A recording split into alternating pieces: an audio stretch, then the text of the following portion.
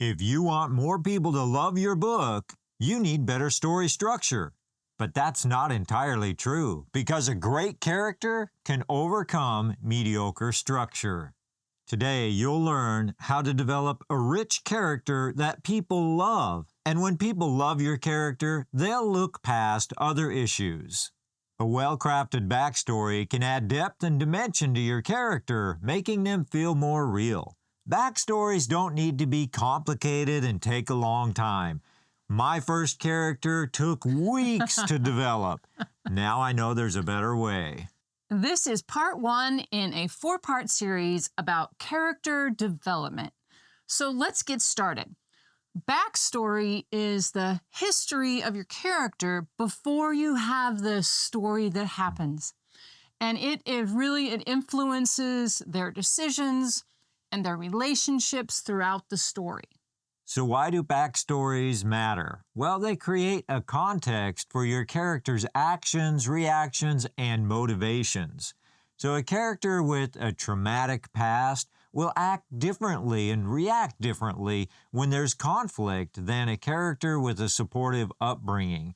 This adds layers of dimension to your story. First, you want to interview your character. We have created a 10-minute character questionnaire, and we're going to put the link for that in the descriptions. And you can go ahead and grab your copy of that, and you can follow along with us as we do this process and we further develop a character that we are working on.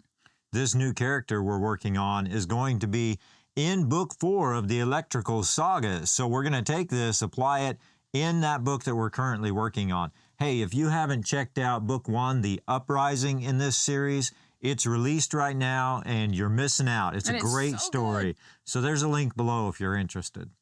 This is the second page in our character questionnaire, and you can go ahead and fill out page 1 with that basic information. But what we're going to do in this video is we are going to explore a little bit deeper into the history and backstory of our character, and you can follow along with us as we do this. Second, start with key life events. Think about those main events in your character's life that have shaped them and made them who they are. Think about how they grew up, their family, where they went to school, where they went to college, the things that happened in college, their job, their first love, of course. Those major events really will help shape your character and give it context as you develop the story. So if you want to have a deeper, richer character, identify more key life events. The character we're going to work on is struggling to survive in a post-apocalyptic environment. Now, I haven't completely settled on her name yet, so that could change. But for right now, we're going to name her Olivia. I like Olivia. That's a great name. It's a great name. So Olivia, she has, her mother died when she was 10. And her mother died because of this global catastrophic virus that killed millions of people. And she has a younger brother who is 5 years younger. Now, on her mother's deathbed, she promised her mother she would take care of her brother. And this promise has completely driven all of the choices that Olivia has made. Now, we could come up with a whole lot of key life events for this character in this scenario. But what we're really focused on are those main events that shape the character, that motivates the character, and causes them to react and do certain things. Third, you want to explore relationships. Relationships are a critical part in a character's development. Now, you can explore their family, their friends, and even their enemies, and how that has influenced their development. A character's relationship with their mentor or with a rival is also something you want to explore because that's going to shape them significantly. Now, maybe in school they were bullied, and what effect did that bullying have on them? Did it give them a desire to be more protective of the people around them, even at great expense? Well, I think with Olivia, it may have. Now, for Olivia, she has her little brother that she has to look out for. And not too long, part in their development is they are gathered up into the arms of the Eastern Coalition, which is a band of very ruthless people who their sworn goal in life is to eliminate all genetically modified people. The leader of that coalition took Olivia and her brother under his wings and kind of adopted them. And Olivia is an adult now, and she is one of his right-hand people that, kind of does some of the dirty work there. Yeah. But that relationship has really shaped who she is and how she reacts and kind of the things that she does. Fourth, consider your character's goals and motivations. When crafting your backstory, think about what motivates this character and how that's influenced them. What drives them? What are their goals? Has the events in their backstory furthered their goals or made them more intensely driven? Or is it something that stands in the way? Maybe their goals, being beat up or bullied has caused them to want to take self-defense classes. What does your character want the most? Now, in Olivia's case, she wants to take over for her dying father figure, but she may see this as the best way to protect her brother.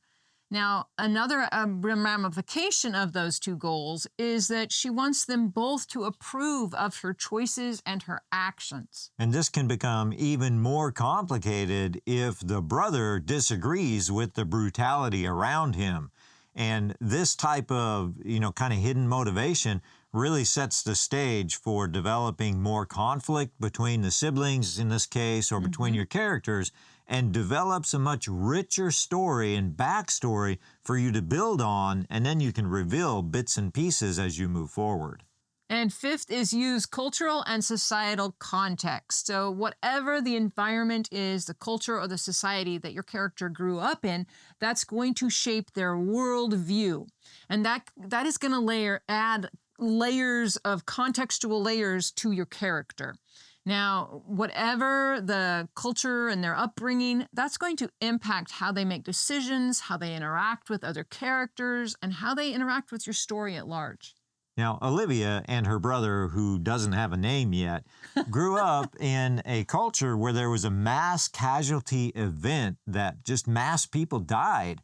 They grew up in this environment where there's kind of sad death, grief, and it's a fight to survive because the entire society has collapsed. In addition to that, genetically modified people have been added to this mix, making it even more fun. Now, in addition to that, the Eastern Coalition leader, the one that adopted Olivia and her brother, he is a purist, and his whole goal is to eradicate the world of these genetically modified people. Now, wait a minute. Are we giving too much of this story away and just talking about how to develop this character? Maybe, but you guys got to read book 1, and you'll get a lot more context to this. But And there's a lot more to the story. It gets more complicated. Anyway, back to our character. So this element of prejudice is going to impact our character greatly. And sixth, create conflict in your story. So conflict is a key part of any good story. So what you want to do is introduce conflict or challenges that the character has either overcome or has to still overcome. This not only adds depth to your character, but it gives a lot of opportunity for character development and growth so that you have a good character arc. It also adds a lot of places to add conflict. Now, we have an entire video about adding conflict to your story, so we'll put a link below. Check that one out. In the case of our character, Olivia, she has been fighting to survive and protect her brother her entire life. Now, even though the leader of the Eastern Coalition adopted them, they still had to learn how to fight to survive. So Olivia had a particularly nasty fight and conflict with one of the sons of one of the other leaders, and she hurt him pretty bad. She scarred him for life, but he did survive. So now you have this additional layer, kind of subplot thing going on where he is always out to get her. And if he can't do something to hurt her, he goes after the brother. And seventh, is incorporate strengths and weaknesses. You want to balance strengths and weaknesses within the backstory. And this helps the character be relatable and realistic. Now, perhaps your character is a brilliant mathematician who can solve these great math problems, but she burns everything she cooks. That reminds me of somebody I know. So even though her friends rely on her for math help, they have to help her cook because she burns everything.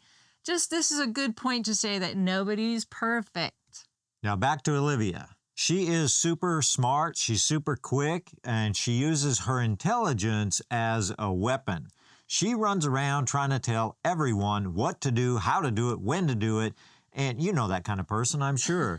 So she really is kind of a bossy individual that thinks she is the next leader, but she just really lacks in social skills. She doesn't have a lot of empathy for anyone except her brother. So she is not really well accepted. Her brother, on the other hand, is very social. He really is connecting with people. He interacts with people. He follows along behind her and gets people to do what they're supposed to do.